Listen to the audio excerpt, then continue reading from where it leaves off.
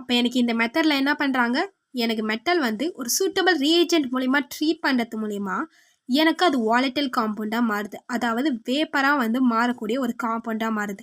அந்த காம்பவுண்ட் எனக்கு என்ன பண்ணுதுன்னா, திருப்பி நான் வந்து ஃபர்தராக ஹீட் பண்ணும்போது எனக்கு பியூர் மெட்டலை வந்து எனக்கு டீகம்போஸ் பண்ணி தந்துடுது அப்படின்னு சொல்கிறாங்க.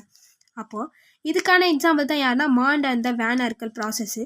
இப்போ ஃபஸ்ட்டு வந்து வேப்பர் ப்ராசஸ் மெத்தட்னா என்னன்னு சொல்லிட்டு பார்ப்போம்.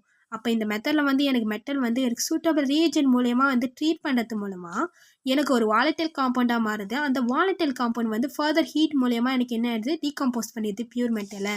அப்போது மாண்ட் ப்ராசஸ்ன்னு என்னது, நிக்கல் டெட்ரா கார்பனை வந்து நான் என்ன பண்ணுறேன், இப்போ நிக்கல் அதுக்கப்புறம் 4 மோல்ஸ் ஆஃப் வந்து CO கார்பன் மோனாக்சைடு எடுத்துக்கிறேன். அதை வந்து 350 கெல்வினுக்கு வந்து நான் என்ன பண்ணுறேன், நல்லா ஹீட் பண்ணும்போது எனக்கு ஒரு காம்ப்ளெக்ஸ் சொல்யூபிள் காம்ப்ளெக்ஸ் வாலட்டைல் காம்பவுண்டாக மாறிச்சா. இந்த காம்பவுண்ட் வந்து நான் என்ன பண்ணுறேன், திருப்பி ஃபர்தராக ஹீட் பண்ணுறேன். 460 கெல்வினுக்கு ஹீட் பண்ணும்போது தனித்தனி காம்பவுண்டாக வந்துடுச்சு.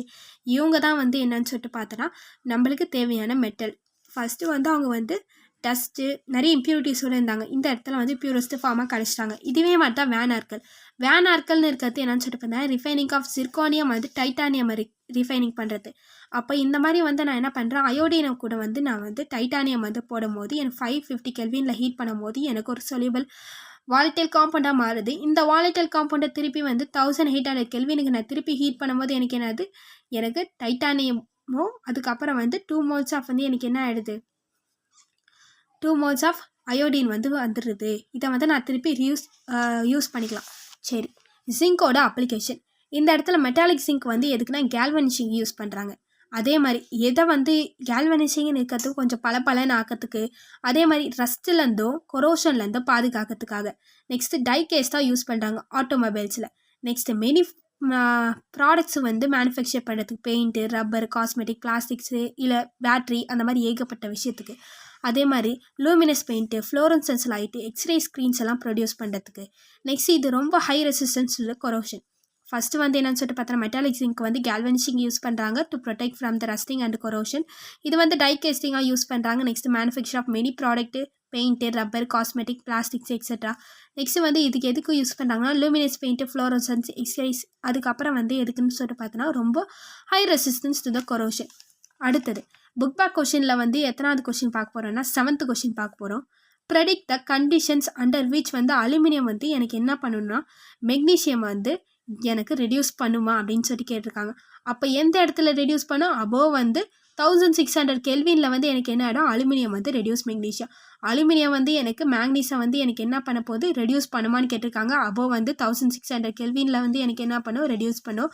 இதுவே மெக்னீஷியம் வந்து எனக்கு அலுமினியமாக ரெடியூஸ் பண்ணுமா அலுமினாவை ரெடியூஸ் பண்ணுமான்னு கேட்டிருக்காங்க. அப்போ பிலோ 1600 கெல்வினில் வந்து எனக்கு மேக்னீசியம் வந்து எனக்கு என்ன பண்ணுது, மெக்னீஷியம் வந்து எனக்கு ரெடியூஸ் வந்து அலுமினியா வந்து எனக்கு ரெடியூஸ் பண்ணி விட்டுது அப்படின்னு சொல்லிடுறாங்க. நெக்ஸ்ட்டு வந்து அவங்க என்னன்னு கேட்டிருக்காங்கன்னா, இப்போ வந்து எனக்கு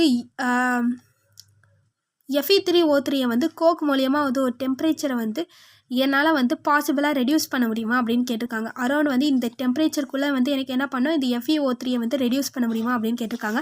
ஆமாம், ரெடியூஸ் பண்ண முடியும் அப்படின்னு சொல்லிட்டு நான் பதில் அளிக்க போகிறோம். அப்போது எஸ் இட் இஸ் பாசிபிள் இன் வந்து எலிகம் டயக்ராம் அபவுட் வந்து 100 கெல்வினில் வந்து எனக்கு 1000 கெல்வினில் வந்து கார்பன் லைன் வந்து எனக்கு அயன் லைனுக்கு கீழே தான் இருக்குது. அப்போ இது கண்டிப்பாக என்ன பண்ணுன்னா இது FeO3 வந்து கண்டிப்பாக வந்து ரெடியூஸ் பண்ணலாம். அரவுண்ட் வந்து எவ்வளோ 1200 கெல்வினில். Yes it is possible in Ellingham டயக்ராமில் வந்து அபோவ் வந்து 1000 கெல்வினில் கார்பன் லைன் வந்து lies below the iron line. Next role of the following கேட்டிருக்காங்க. புக் பேக்கில் வந்து 12th கொஷின். அப்போ இந்த சிலிக்கா வந்து எனக்கு எக்ஸ்ட்ராக்ஷன் ஆஃப் காப்பரில் கேட்டிருக்காங்க. சிலிக்கா வந்து ஃப்ளக்ஸு, இது அசிடிக் நேச்சராக இருக்கிறதுனால நம்ம என்ன பண்ணுறோம், FeO + SiO2ல் வந்து எனக்கு FeSiO3 அப்படின்னு சொல்லிட்டு வந்தது. நெக்ஸ்ட் கிரியோலைட் வந்து எனக்கு என்னது அலுமினியமில் எக்ஸ்ட்ராக்ஷனில் வந்து எனக்கு lowering the melting point of the mixture. இதுவே வந்து அயோடின் வந்து எதுக்கு யூஸ் பண்ணுறாங்க, வாலட்டைல் காம்பவுண்டாக ஃபார்ம் பண்ணும். அதுக்கப்புறம் வந்து எனக்கு என்ன டீகம்போஸ் பண்ணிவிடும் பியூர் மெட்டலை.